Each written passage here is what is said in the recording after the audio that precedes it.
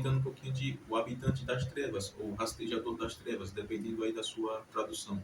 Eu tenho esse contozinho nessa edição da Camelot, que também conta com Sussurros na Escuridão, Reanimator, entre outros.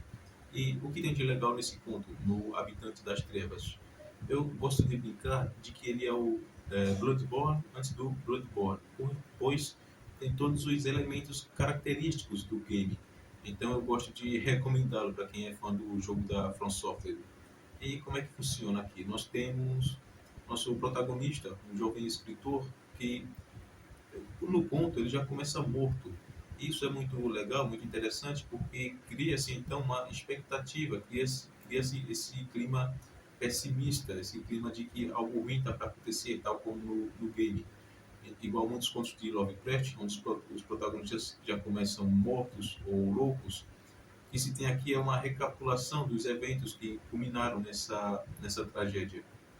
Então, nós temos esse protagonista que visita ali uma pequena cidade e do local onde ele está hospedado, vê-se ao longe a torre negra de uma igreja.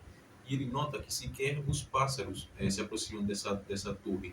Então, ainda que haja alguma coisa de sinistro nesse lugar, nessa torre, ele ainda se sente atraído, e mesmo que o universo e todos os habitantes locais falem para ele não ir, ele vai mesmo assim. Então, chegando lá, ele começa ali a investigar o local, e essa parte é muito interessante porque toda a descrição do lugar, toda a descrição dessa igreja é puro horror gótico. Eu digo que esse é o ponto mais gótico de Lovecraft. E se não fosse um ponto de terror, daria para ouvir ali facilmente um Sisters of Mercy, enquanto você toma um vinhozinho. Então ele começa a investigar dentro dessa igreja. E do mesmo jeito que uma força pareceu atraí-lo para dentro, essa mesma força vai parecer atraí-lo até um objeto que se encontra lá dentro.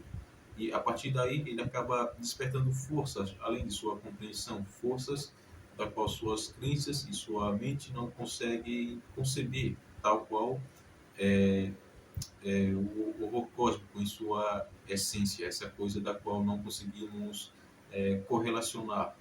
E eu não vou discorrer muito acerca daqui, visto que é um ponto curtinho e seria bom você ir sem maiores surpresas.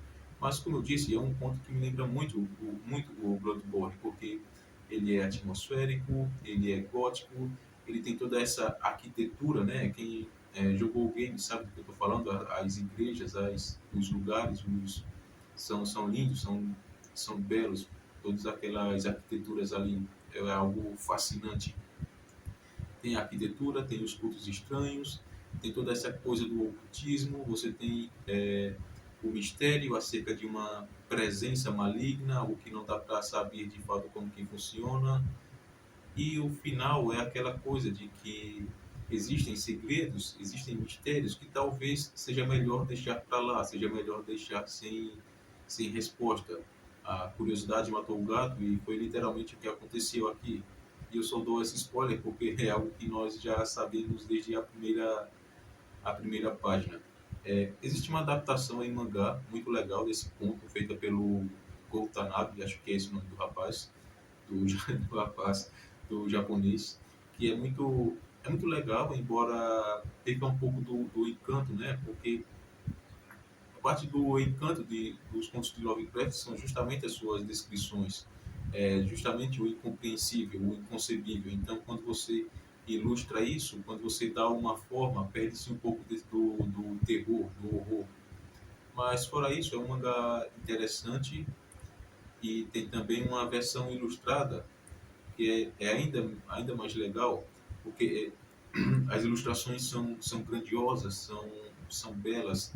Ele ressalta muito esse teor gótico do conto. Eu só não me lembro se há alguma ilustração da criatura, mas a igreja, as paisagens, os lugares são belíssimos. Vale muito a pena.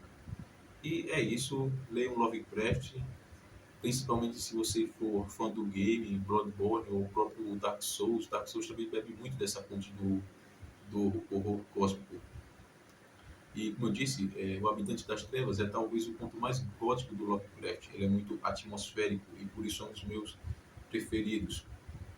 Por um bom tempo foi o meu preferido, antes de ler o chamado de Cthulhu e A Cor que Caiu do Espaço. Mas, na minha opinião, está ali entre os cinco melhores. E, se eu não me engano, também foi o último conto publicado antes de falecer. Infelizmente, o Lovecraft faleceu jovem, e essa aqui foi a sua última obra, se eu não me engano. E você percebe que a escrita dele está muito boa, muito afiada, não tem tanta, não é tão verborrágica quanto algumas outras histórias dele. Aqui é uma coisa super contida e na medida certa, dura o que tem que durar, nenhuma página a mais, nenhuma página a menos. E é isso, pessoal, até um próximo videozinho.